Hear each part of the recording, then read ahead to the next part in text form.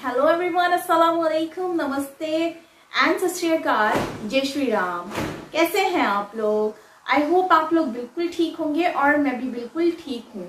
आज हम लोग रिएक्शन देने वाले हैं, एक मोस्ट रिक्वेस्टेड वीडियो है और ये वीडियो है पॉइंट ऑफ व्यू विद आरजू काज़मी तारिक फतेह।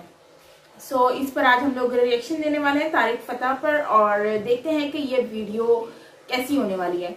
सो बिना देरी के चलते इस वीडियो की तरफ और रिएक्शन देते हैं। So let's start.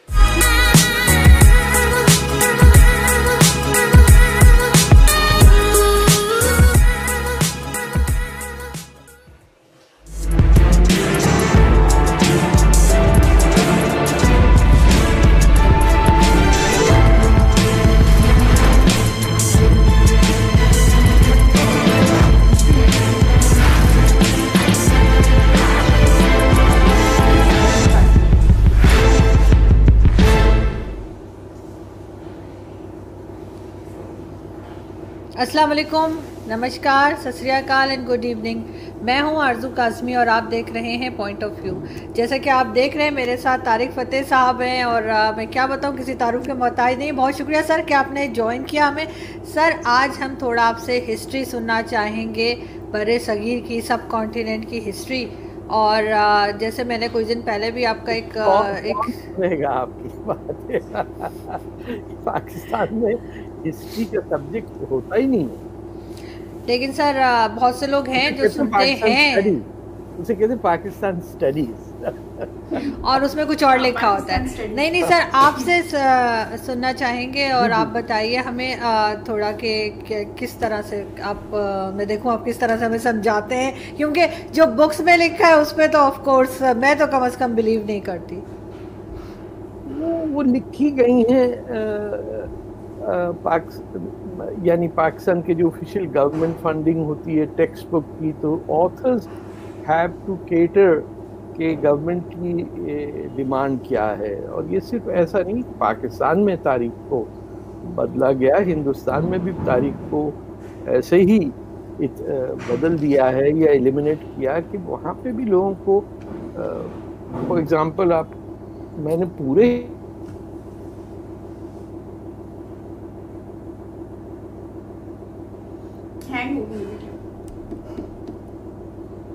सर आप जी फॉलो कर रहा हूँ आपको ये। तो this is the destiny once Jinnah Sahab ने अपना काम दिखा दिया सबको। बहुत बड़ी ट्रेजेडी हुई है ये कि फॉल्टी आइडेंटिटीज और उनकी अपनी आइडेंटिटी उनको नहीं पता था क्या है, वो मुसलमान हैं या ज़ोरास्ट्रियन हैं या किस उम्र में बच्ची भगा के ले जाना दुरुस्त है नहीं है। It's a very sad story कि एक आदमी जिसने कुछ नहीं लिखा जिंदगी में, लेटर टू द एडिटर तक नहीं लिखा, वो बन गया कायदे आजम। तो अब बाकी सब लोग तो उसके नीचे आएंगे ना, कायदे आजम से ऊपर तो नहीं हो सकता। तो एक आदमी ना कॉलेज गया ना किसी यूनिवर्सिटी को अटेंड किया, उसने उस ज़माने में अप्रेंटिसशिप होती थी, ये लॉ कॉलेज टाइप की चीज़ नहीं होती थी। मैट्रिक किया और कायदे आजम बन गए। और you have the right accent तो आप। लेकिन सर हम पाकिस्तान हिस्ट्री अगर हम सब कॉन्टिनेंट की हिस्ट्री को देखें तो किस तरह से, कहाँ से हम शुरू करेंगे? ऑफ कोर्स पाकिस्तान बनने से पहले जब सब कुछ एक था तो वहाँ से अगर हम चलें, देखिए आपका स्टार्टिंग पॉइंट हमेशा मोहनजोदारो होगा, वो कहीं और आप हटा नहीं सकते हैं। वो शुक्र करिए कि अंग्रेज़ के दौर के अंदर 1920 के अंदर एक्सकवेशंस में कुछ निकल आए, वरना अगर हमारे बस में होता तो हम बुलडोज़र लेके, वो है तो लाड़काना के पास ही, हम उसको तबाह करके बर्बाद कर देते। जैसे हमने हिंदुस्तान के अंदर मुसलमानों की लीडरशिप में कैसे कैसे मंदिर साफ उड़ा के रख दिए जहाँ हमारा हाथ पहुँचा, वैसे हमने जो मैं अपनी पर्सपेक्टिव से देख रहा हूँ कि जो मुसलमान पर्सपेक्टिव है अबाउट हिंदुस्तान, वो उसमें भी कई हैं कि यहाँ हमारी मौजूदगी कैसे है। मुसलमान आए पहले, वो तो जिसको मैं मानसून इस्लाम कहता हूँ, वो मलाबार और कोरोमंडल कोस्ट और ये श्रीलंका के जो नॉर्दर्न एरिया है, और फिर जावा, वो एक जो शाफे स्कूल ऑफ थॉट के हैं, यहाँ आपको देवबंदी नहीं मिलेंगे, उसके साथ तो हमारा कोई ताल्लुक ही नहीं है। हमको कभी बताया, पता ही नहीं किसी पाकिस्तानी को कि कराची में जिस जमाने में मलाबारी चाय पिया करते थे 50s के अंदर, तो ये मलाबार के लोग कौन थे जो कराची में रहते थे? ये मराठी बोलने वाले कौन लोग थे? कहाँ चले गए एकदम से? खैर, गोरे गोरे ज़ोरास्ट्रियंस को हमने रख लिया कि इनके रंग अच्छा है, ये इनको रखो, ये बाकी कहाँ से आए हैं? तो ना हमें गोंद का पता है कि वो कहाँ से आए, ना हमें पता पोर्चुगीज क्या करने आए यहाँ। We are bereft of any knowledge of our freedom fighters. Ashfaqullah हैं या भगत सिंह हैं, जो हमारी जमीन पे जो लड़े हैं, उनका नाम हमें नहीं पता है क्या है। किसका बेटा था भगत सिंह? कौन थे उसके साथी? कि कौन मर गए, कौन जीत गए, किनको फांसी चढ़ी? You are cut off from all the freedom struggle against colonialism. Nobody knows कि डच का क्या काम था हिंदुस्तान में, फ्रांसीसी कहाँ आके क्या करने आए थे यहाँ पे, ये हिंदुस्तान आते क्यों थे लोग, ये क्या हमारे तौर तरीके निहारी खाने आते थे यहाँ? और जहां तक मुसलमानों का ताल्लुक है, वो तो देख लिया था उन्होंने तुर्कों की 17th सेंचुरी से। 9/11 आपको पता है कि वियना में हुआ सबसे पहले, सितंबर 11 को 1683 में पहली दफा धुनाई लगी थी तुर्कों की, और उनको वियना से जो पोलिश आर्मी थी, लिथुएनियन, उन्होंने निकाला था वहां से। उसके बाद श्रिंक करते करते करते करते, लेकिन हमें होश नहीं आई। हमारे जितने ये लोग थे, ये हमें ये भी नहीं पता कि टर्किश कॉलोनियलिज्म ओवर अरब 600 साल रही। हम जो ये उम्मत इस्लामिया बात करते हैं ना, जो अरब थे वो तुर्कों के गुलाम 600 साल रहे, उनकी कोई इंडिपेंडेंस नहीं थी। वो लेके लिबिया से लेके यमन तक और थोड़ा बहुत सोमालिया, ये सारा टर्किश कंट्रोल था। इसमें कोई हिजाज की हुकूमत नहीं थी, कोई नजद नहीं, कुछ भी नहीं। But we don't want to sort of understand it. तो जो हमारे साथ बदनसीबी कि एक तो हमें कहा कि आप हिंदुस्तानी नहीं है, तो भाई नहीं है तो और क्या है? अरब तो नहीं है ना, वो अरब से पूछ लो, वो जूते मार के भगा देगा आपको जहां से भी निकालना उसे। ये कहां से आ गए हिंदी? तो we are very confuse lot, जो अपना माई बाप ढूंढते रहते हैं। आजकल सुना टर्की फिर से माई बाप बन गया पाकिस्तान का। सर वो तो हमेशा से था, अब तो बहुत ज्यादा है। नहीं, तो बीच में ब्रेक था। तेल जब आया था तो हम तुर्कों से हट के अरब बन गए थे।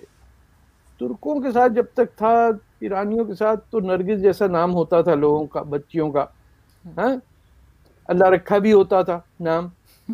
बीच में आ गया इस्लाम 2.0, उसके अंदर तमाम वो नाम जिनका फारसी या कोई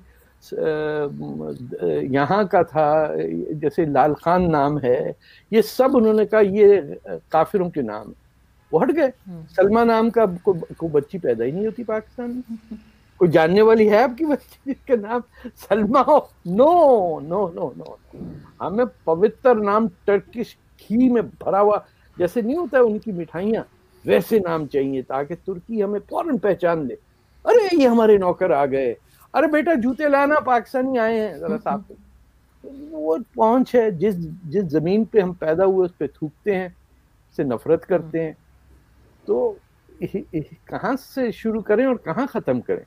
मोहनजोदारो से जब आप शुरू करेंगे तो आप सिंधी होंगे ना पहले, सही, आप हिंद का हिस्सा होंगे ना, हिंदुस्तान वहीं से निकला ना। ठीक। तो उन्होंने अपने नेशनल एंथम में सिंध रख दिया, और हमने उसको हटा के सिंध को वो कर दिया, बैन कर दिया। 47 में पहली चीज जो हुई वो ये थी कि सिंधी गलत जबान है। वहां से हम लखनऊ से लाए इतनी ताजा गाढ़ी पराठे जैसी जबान उर्दू, सब पे पाबंदी लगा दी जो पाकिस्तान की जबानें थी। खुश होकर बैठ गए कि अब नया इस्लाम आया। तो the first thing our history has to teach us is that we are children of invaders and plunderers. हम सब के सब हिंदू होते थे, जिसको टैक्स की चोरी करनी होती थी वो अपने आप को सैयद कह देता था।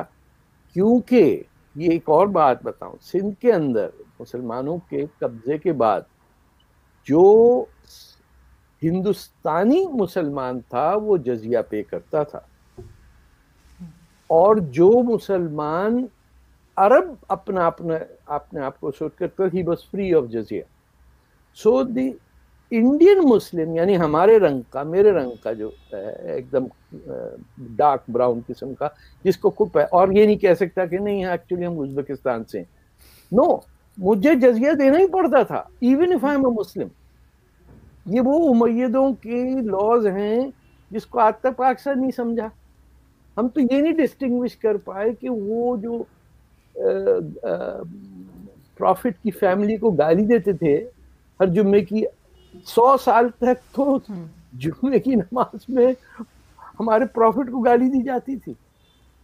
हमें यही नहीं पता, तो हम या तो इस्लामिक अपनी आइडेंटिटी लेते हैं, वो फॉल्टी, हिंदुस्तान कहते हुए डरते हैं, जो रियलिटी है। अब बताइए, कौवा हंस की चाल चल रहा, क्या करेगा? फिर बैठ जाते हैं कि भाई वो उज़्बेक आए थे, हमारी दादी अम्मा को ले गए थे, तो अब हम तो उज़्बेक हैं। उनको आज तक इस बात का नहीं दर्द है कि किसको कौन उठा के लेके गया। बस हिंदू जो है वो गलत है, क्योंकि वो यहाँ रहता था और हमें उसने जगह नहीं दी। हमने कहा हम मुसलमान हैं, अपना घर हमें दे दो, उसने नहीं दिया, वो काफिर हो गया, खत्म। लेकिन सर गजवा हिंद का नाम बहुत लेते हैं यहाँ पे, हर किसी को देखो, चाहे वो शोएब अख्तर हो, चाहे कोई हो, क्रिकेटर हो, सबको गजवा हिंद का पता है, बाकी कुछ नहीं पता। क्योंकि गजवा हिंद है जिस दिन इन सब को पासपोर्ट, इनके पासपोर्ट पे वीजा का ठप्पा लगेगा कि आओ जन्नत में। यहाँ वो लड़कियां जो तो तुम छुप छुप के कनाडा में भी मिलते थे और तुम्हारी गर्लफ्रेंड इंग्लैंड में भी थी, वो सब पहुंची हुई है वहां पे।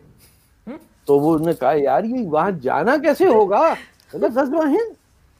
जब तक हिंदुस्तान में हर हिंदू मर नहीं जाएगा और हर हिंदू टेम्पल डिस्ट्रॉय नहीं होगा, उस वक्त तक रोजे कयामत नहीं आ सकती। ये गजवा हिंद की वो है, it's a doctrine based on a हदीस, जिसमें लोगों ने कहा कि जो हिंदुस्तान पे करेगा वो तो मेरे साथ का है, तभी वो गजवा है। क्योंकि गजवा तो होता ही वो है जब पैगंबर हमारे इस लड़ाई में शामिल हो। तो ये पोस्ट डेटेड प्रॉमिस थी। तो अब जो पर्दा डालना चाहते हैं, कहते वो तो हो गया गजवा। वो मोहम्मद बिन कासिम ने, अरे भाई तो कयामत क्यों नहीं आई? बहुत हमारे रैशनल थिंकिंग इस कदर लो लेवल पे है कि हम, इसीलिए मौलवियों से बात करना आसान होती है क्योंकि वो कुछ पढ़े लिखे होते हैं। ये आम जो मोहम्मद अली जिन्ना टाइप का मुसलमान है, जो हाथ में लोटा मुंह में पान लेके निकला हुआ है, पाकिस्तान दिल्ली पे कब्जा करेगा और 100 माइल्स पर आवर बोलिंग कराएगा, ये तो डफर लोग, आज तक कुछ पढ़ा ही नहीं इन्होंने। आप इनसे कहीं कुछ एक किताब बता दें जो इन्होंने नॉन फिक्शन की पढ़ी हो, और उसमें फोटोग्राफिक हटा दीजिए, उसमें एक्सक्लूड, क्योंकि इनका ज्यादा वक्त उसमें गुजरता। दे हैव नो आइडिया कि ये दुनिया कहाँ जा रही है, हो क्या रहा है। ये तो अभी तक कह रहे हैं पेंडेमिक नहीं आया है, ये तो साजिश है वेस्टर्न सोसाइटी की। इनमें फिर कुछ लेफ्टिस्ट हो जाते हैं, वो बिल्कुल ही पटरी से उतर जाते हैं, और so they have no clue of where they are. और वो इब्तिदा होती जब आपकी ज़बान आपसे अलग लेके उसको डिटरमिन किया जाता है कि नौकरों से किस ज़बान में, माँ बाप से किस में, और किबला और काबा ख़त में लिखने से पहले वो कहाँ से आया, किबला और काबा कौन है भाई, ये मैंने एक दफ़ा पूछ लिया था, उसके बाद नहीं पूछूंगा। वो इतनी हाथ में वो बैंत लगी उर्दू के टीचर ने, यानी किबला और काबा क्या है, किबला इसमें कहाँ आ गया, इसमें इधर आओ मैं बताता हूँ। किबला है ना, धुनाई कर दी टीचर ने। अब वी हैव बिकम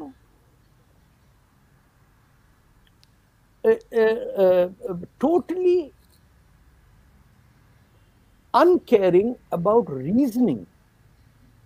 अगर कभी आपको चांस मिले तो मुतज़ल्लाइट्स के बारे में पढ़िए, जो सन 900 के अंदर उभरे थे, और फिर बेवकूफ़ियाँ उनकी कि उन्होंने फिर दूसरों पे जुल्म इतने किए कि खुद मारे गए, क्योंकि दे वर द रैशनलिस्ट। आप जितने इस्लामी नाम तारीख में पढ़ते हैं उनमें से मोस्टली आर एथियस्ट। यानी इब्न खल्दून को ले लीजिए, उनका वो तो he is the standard bearer of the study of sociology. वो सब हंस रहे हैं कि देखो यार, चले जा रहे हैं लोग डेजर्ट के अंदर, हज पे जा रहे हैं। इसीलिए किसी सुल्तान, किसी खलीफा ने हज नहीं किया, ये कोई पूछने वाला नहीं है। अगर हज हम पे है तो सुल्तान कहाँ है? मुगल बादशाह किसी ने हज ही नहीं किया। कोई सुल्तान, कोई बादशाह, कोई अटर मटर गैर इधर उधर, नवाब भावलपुर, कोई आप बता दीजिए, नहीं नहीं नहीं नहीं, हम नहीं करते ये। और पंजाबी में एक कहावत है कि मक्खियों कभी चंगी खबर नहीं आती। मतलब मक्का जो जाता है, या उसका जहाज डूब जाता है या बीमारी में मर जाता है, तो ये हंस देते थे कि ये जो गया ये अब वापस नहीं आएगा।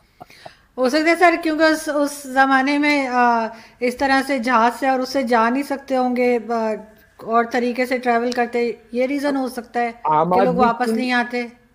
वो ठीक है, सेटल हो जाते थे। आपको मक्का की मैं पॉपुलेशन बताऊं, मैं जब वहां था 1978-79, मक्का की population almost 60 to 70% was black Africans, इनको तकरूनी कहते थे। आई डोंट नो कहाँ से ये वर्ड्स निकले थे। फिर जब ईरान की अपराइजिंग हुई और यहाँ मक्का के अंदर भी फायरिंग शुरू हुई और कब्जा हो गया था काबा पे, तो PIA की एक फ्लाइट डेली चलती थी जद्दा से आपके नाइजीरिया। इन लोगों को, कालों को वहां जहाजों में भर के भेज दिया गया। Makkah became from a black city to a white city. ये मैं 70s की बात कर रहा हूं, हमारे आंखों के सामने। कभी रिसर्च करिए कि PIE की फ्लाइट में मैडुगरी की, मैडुगरी पाकिस्तान में किसी को नहीं पता कहाँ है, लेकिन फ्लाइट PIA की जाती थी मैडुगरी, और भर भर के लोगों को गाय भैंस की तरह भर दिए जाते थे। And the city change its colour. कोई ये पूछने वाला नहीं था, कोई ऐसा गाजी खड़ा नहीं हुआ कि पैगंबर ने कह दिया कि काले और गोरे में कोई फर्क नहीं। उन्होंने कहा चुप करो यार, ये टाइम और कोई है, यहाँ हम अफजल हैं। और क्या स्लेवरी कब तक रहेगी? अभी तक है, मॉरिटानिया में, लिबिया में बिक रहे हैं लोग। ये जो अमेरिका की स्लेवरी, इससे कई गुना ज्यादा अरबों ने की है। ये आप, अगर आपने मेरी किताब पढ़ी है tragic illusion of Islamic state, जिक्र मैंने किया कि बसरा के अंदर ये सारे ब्लैक्स जो थे, ये तो ज़ंज़िबार, और यहाँ से जंज जो वर्ड है, कालों को हम कहते हैं, तो ज़ंज़िबार से है। वहां से पकड़ के ला के आपकी बगावत जब हुई है अब्बासियों के खिलाफ, it was led by the blacks of Basra. हमारे यहाँ भी पॉपुलेशन है सदर्न बलूचिस्तान में। ये वीडियो थी तारिक फातिह की, और इस वीडियो में इन्होंने एक्सप्लेन किया है विद आरज़ू काज़मी पाकिस्तान की हिस्ट्री के बारे में, और काफ़ी मजाकिया तरीके से इन्होंने बहुत सारी बातें जो हैं वो डिस्कस की हैं। जैसे कि इनकी वो वाली बात मुझे बहुत अच्छी लगी जब इन्होंने कहा कि हिस्ट्री तो पाकिस्तान में है नहीं, मतलब कि हिस्ट्री की कोई बुक नहीं है, बेसिकली मुताले पाकिस्तान किया। तो ये वाली जो बात थी वो वाकई में सही है। पाकिस्तानी हिस्ट्री के नाम से तो मैंने आज तक कोई बुक देखी नहीं है, लेकिन हाँ, मुताले पाकिस्तान के नाम से मैंने एक बुक देखी है जो कि हम पढ़ते आ रहे हैं, देखी नहीं बल्कि पढ़ते आ रहे हैं। सो ये काफ़ी चीज़ें हैं जो इन्होंने इसमें एक्सप्लेन की हैं। और पाकिस्तान में मोहनजोदड़ो बेसिकली जो है वो सिंध में है, लाड़काना में। तो उसके बारे में इन्होंने एक्सप्लेन किया है कि मोहनजोदड़ो जो है वो मतलब कि अंग्रेज़ों के दौर का था और वरना ये भी मिट चुका होता। मोहनजोदड़ो के बारे में इन्होंने कुछ और हिस्ट्री बताई थी कि मोहनजोदड़ो जो है वो एक शहर होता था, एक गांव होता था, वो जो बना था उसके बाद फिर पता नहीं अल्लाह का अजाब नाजिल हुआ इन पर और अचानक से जो है शायद मिट्टी ऊपर से गिरी थी या पत्थर गिरे थे जिसकी वजह से ये गांव जो है वो बर्बाद हो चुका है। तो इस तरह की कुछ मतलब यहाँ की जो गलियां और सब कुछ देखने के बाद सेंटेंस जो मिलते हैं उसको देखकर लगता है। तो अब इसकी क्या हिस्ट्री थी एक्चुअली वो मुझे भी नहीं पता और बुक्स में तो पता नहीं क्या क्या चीज़ें लिखी होती हैं। सो इस पर हम लोग मतलब जितना भी पढ़ लें उतना ही कम है। तो मैं कभी भी किसी चीज़ को सुनकर रियलाइज मतलब कि ये नहीं कहती कि हाँ ये ठीक है ये ठीक है, तो उसको पहले रिसर्च करते हैं फिर उसके बाद बोलना चाहिए। तो पाकिस्तान में बहुत सारी ऐसी चीज़ें हैं जिसके बारे में बताया जाता है और काफ़ी चीज़ें ऐसी हैं जिसमें नहीं बताया जाता। अब जैसे इन्होंने अपना एक्सपीरियंस शेयर किया, अपने वक्त की बातें बताई, सऊदी अरब के बारे में बताया, तुर्की के बारे में कि तुर्की जो है वो एक बहुत ही स्ट्रॉन्ग कंट्री हुआ करता था। मतलब बरसगीर पे तुर्की ही तो था जो अरब और सारे उसके अंडर में थे और इसी वजह से सऊदी अरब का जो है मेरे ख्याल से इख्तलाफात भी हैं तुर्की से, क्योंकि तुर्की जो है वो बेसिकली स्टार्टिंग में जो है वो एक जो है वो अरब बेसिकली सऊदीया जो है वो तुर्की से ही निकला हुआ है जहाँ तक मुझे आइडिया है। तो जिसकी वजह से जो है वो इन लोगों के आपस में बहुत सारे इख्तलाफात रहे हैं। तो तुर्की और सऊदीया के आपस में बहुत सारे इख्तलाफात हैं और इनकी इसी मतलब कि जो बरसगीर में ये जो इशू हुए थे, मतलब कि जो इनकी हुकूमत थी तुर्की की, उसके बाद से फिर ये डिवाइड हुआ और फिर उस तरह से इनके इख्तलाफात बढ़ते बढ़ते बढ़ गए हैं और मेरे ख्याल से अभी भी काफ़ी सारे इख्तलाफात हैं। तो PIA की फ़्लाइट जो 70s में कहते हैं कि सऊदीया जो है वो ब्लैक लिस्ट हो गया था या फिर कुछ इस तरह से इन्होंने बताया, वो पॉइंट मुझे समझ नहीं आया, उसको मैं एक बार दोबारा से सुनने वाली हूँ और अगर आपको उसको समझ आया तो आप कमेंट बॉक्स में बताइएगा ताकि हम उसके बारे में मुझे और एक्नॉलेजमेंट मिले और अच्छे से समझ आ जाए। वैसे ये वीडियो जो है बहुत ज़्यादा समझने वाली होती है क्योंकि इनको समझने के बाद जो है ना काफ़ी चीज़ों का आइडिया होता है। कि कमेंट बॉक्स में कि साइमा आप जो है जो वीडियो है उसको देखती हैं बट रिएक्शन नहीं देती, आपके हाथ में मोबाइल होता है, मतलब ये वीडियो जो है वो एक्चुअली देख रही नहीं होती हैं, ये कुछ और वीडियोस देख रही होती हैं। सो बात कुछ ऐसी है कि मैं आउट ऑफ सिटी हूँ, मतलब अपने घर पे नहीं हूँ। सो मेरे पास अपनी इक्विपमेंट नहीं है, ना ही मेरे पास स्टैंड है, ना ही मेरे पास कोई चीज़ें हैं जिसमें मैं अपना आप सेटअप बनाकर एक वीडियो बना सकूँ, ठीक है। तो अभी मुझे जहाँ पर मौका मिलता है, आपने देखा होगा कि डिफरेंट मेरे बैकग्राउंड होते हैं, कभी कुछ होता है कभी कुछ होता है, मतलब कि इस तरह के सेटअप बने हुए हैं क्योंकि मैं एक सेटअप पर बनाती नहीं हूँ, तो उसके लिए मुझे वीडियो बनाने में बहुत ज़्यादा मसला आता है। सो गाइस आप लोग इस चीज़ को अंडरस्टैंड किया करें और मैं कोशिश हमेशा यही करती हूँ कि आधी अधूरी वीडियो ना बनाऊँ, पूरी वीडियो बनाऊँ, लेकिन उसके लिए टाइम बहुत ज़्यादा चाहिए होता है। अब जैसे ये वाली वीडियो 1 घंटे से ऊपर की है, 1 आवर से ऊपर, तो अब मैंने इसको पार्ट 1 में बनाया है, अब पार्ट 2 बनाऊंगी इसका और पार्ट 3 भी बनेगा, क्योंकि अगर और वो बनेगा आपकी डिमांड पर, क्योंकि इतना ज़्यादा टाइम लगाऊं और वीडियो की डिमांड ना आए तो फिर वो होता है कि मज़ा नहीं आता वीडियो देखने का और फिर दिल अजीब सा हो जाता है। सो काफ़ी इस तरह की चीज़ें हैं जो आप लोगों को अंडरस्टैंड करनी चाहिए। मैं भी आप लोगों के साथ अंडरस्टैंड करती हूँ क्योंकि हम आखिरकार हैं तो फैमिली। तो ये लगता है कि मैं कुछ और वीडियो देख रही हूँ। अच्छा, अगर पॉइंट ये है कि अगर मैं कोई और वीडियो देख रही हूँ तो फिर मैं आप लोगों की वीडियो, मतलब जो वीडियो का मेन पॉइंट होते हैं वो किस तरह से मुझे आइडिया हो जाता है कि उसमें ये बोला गया है, इस तरह से बोला गया है, मैं उस चीज़ को फिर एंड में डिस्कस करती हूँ। क्योंकि वीडियो के दौरान मैं बोलती नहीं हूँ, लेकिन बहुत सारी चीज़ें होती हैं जो अंडरस्टैंड करने वाली होती हैं।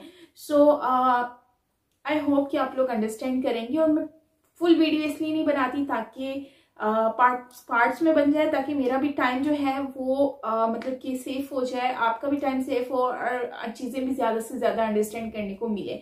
सो ये बात हो गई इस तरह की। तो बाकी बात रही पाकिस्तान की और हिंदुस्तान की। पाकिस्तान में बहुत सारी चीज़ें ऐसी हैं जैसे कि हिंद जो है, हिंदुस्तान, पाकिस्तान हिंदुस्तान से निकला है, ये बात की रियलिटी है और ये बात को कोई भी ठुकरा नहीं सकता। और पाकिस्तान में आज भी कल्चर, इंडिया का कल्चर जो है वो है। और जैसे कि पाकिस्तान में मुहाजिर हैं जो उर्दू स्पीकिंग हैं, वो लोग मतलब इंडिया से आए थे, मुहाजिर जो हिजरत करके, माइग्रेशन करके। आज भी उन लोगों को ये समझा जाता है कि वो लोग जो हैं वो हिजरत करके आए हैं, तो इट्स मीन कि वो लोग जो हैं मतलब कि उनको वो पहचान नहीं मिल पाती जो कि मिलनी चाहिए as a Pakistani, as a one nation. लेकिन होता ही है कि हम लोग आज भी फिरकों में डिवाइड हैं, आज भी हम लोग इन सारे सुन्नी, शिया, मुस्लिम सब चीज़ों में हम डिवाइड हो चुके हैं। तो इस चीज़ को हमें समझना पड़ेगा, अंडरस्टैंड करना पड़ेगा। जब तक इन चीज़ों को हम अंडरस्टैंड नहीं कर लेते तब तक हम लोग इन चीज़ों से बाहर नहीं निकल सकते, इन फसाद, इन मुश्किलात से बाहर नहीं निकल सकते, क्योंकि हम एक नेशन बन के ही नहीं रहते। एक ये चीज़ हो गई। तो ये हो गया कि हर कंट्री का अपना एक होता है कि माइनॉरिटीज़ जिस जिस कंट्री में होती हैं वहाँ पर माइनॉरिटीज़ को बहुत ज़्यादा वैल्यू दी जाती नहीं है। वहाँ पर जो बेसिकली जो होता है ना, अक़लियत होती है, अक़लियत जो होती है उनको, माइनॉरिटीज़ को इतनी ज़्यादा वैल्यू नहीं की जाती। अब काफ़ी कंट्रीज़ हैं जिसमें मैंने सुना भी है कि जैसे अगर हिंदूज़म है उनको भी इस तरह से डिग्रेड किया जाता है, उनको परेशान किया जाता है, उनके मंदिर तोड़ दिए जाते हैं, उनके साथ बहुत सारी प्रॉब्लम्स जो है हमें फेस करने को मिलती हैं। अब कुछ जैसे कि तारिक फतेह साहब ने कहा कि मंदिर तोड़कर मस्जिद बना लिए जाते हैं, जैसे कि बाबरी मस्जिद की मेरे ख्याल से इन्होंने डिस्कस किया। और ये चीज़ मेरे ख्याल से भी बहुत ज़्यादा गलत थी कि मंदिर नहीं तोड़ने चाहिए थे, और मंदिर तोड़ के एक मस्जिद बनाना कहीं की सही बात मुझे कहीं से भी नहीं लगी। और इस चीज़ पे मुझे पहले आइडिया नहीं था। अब लास्ट एक मैंने वीडियो देखी थी उसमें, और इस वीडियो में मुझे देखकर काफ़ी आइडिया हो रहा है कि ये क्या चीज़ें हैं बेसिकली। तो आरज़ू काज़मी की मेरे ख्याल से वीडियो थी वो, हमने जो देखी है, नहीं आरज़ू काज़मी की वो वीडियो नहीं थी, वो वीडियो किसी और की थी। आरिफ अराकाया कुछ करके नाम है, उनकी वीडियो थी, वो भी सजेस्टेड वीडियो थी। तो बेसिकली हम लोग बहुत सारी चीज़ें हैं जिसमें हम घेरे हुए हैं, ये थी जो हमें आज समझने की ज़रूरत है। और बुक्स में बहुत कुछ हमें पढ़ाया गया है, लेकिन कभी मैंने तो इन चीज़ों में इंटरेस्ट लिया ही नहीं। लेकिन यह है कि अब मुझे हिस्ट्री के बारे में जानना है, मैं जानने की कोशिश भी कर रही हूँ, तभी मैं आप लोगों के साथ ये वाली वीडियोस देखती हूँ। आप लोग मुझे सजेस्ट करते हैं तो अच्छा लगता है। सो गाइज, आज की वीडियो के लिए इतना ही है, और आई होप कि आपको ये वीडियो अच्छी लगी होगी। मुझे बहुत ज़्यादा अच्छी लगी है। मिलते हैं नेक्स्ट वीडियो के साथ। चैनल को सब्सक्राइब नहीं किया तो लाजमी कर लीजिएगा, एंड बेल आइकन को प्रेस करना मत भूलिएगा, ताकि नेक्स्ट आने वाली वीडियो आपको मिलती रहे। और बहुत सारा प्यार आप लोगों के लिए from Pakistan to all my Indian friends जो कि इंडिया में रहते हैं, आउट ऑफ कंट्री में रहते हैं, जितने भी लोग मुझे देख रहे हैं। और बहुत अच्छा लगता है आप लोगों के कमेंट रीड करके। तो एक वीडियो हम कमेंट पर भी बनाने वाले हैं, सो कमेंट बॉक्स जो आप कमेंट्स करते हैं उस पर मैं आंसर दूंगी सारी वीडियोस के ऊपर, कि आपने कौन कौन से क्वेश्चंस किए हैं, तो उसको हम आंसर भी करेंगे। तो उसके लिए मैं जब कराची वापस आ जाऊंगी तो मैं उस पर वीडियो ज़रूर बनाऊंगी। सो यस, ये थी हमारी आज की वीडियो। मिलते हैं नेक्स्ट वीडियो के साथ। अपने तब तक के लिए बहुत सारा ख्याल रखिएगा, और बहुत सारी वीडियोस जो है वो मुझे सजेस्ट इस तरह से ही करते रहें। सो अपना ख्याल रखिएगा। जय श्री राम। Bye bye.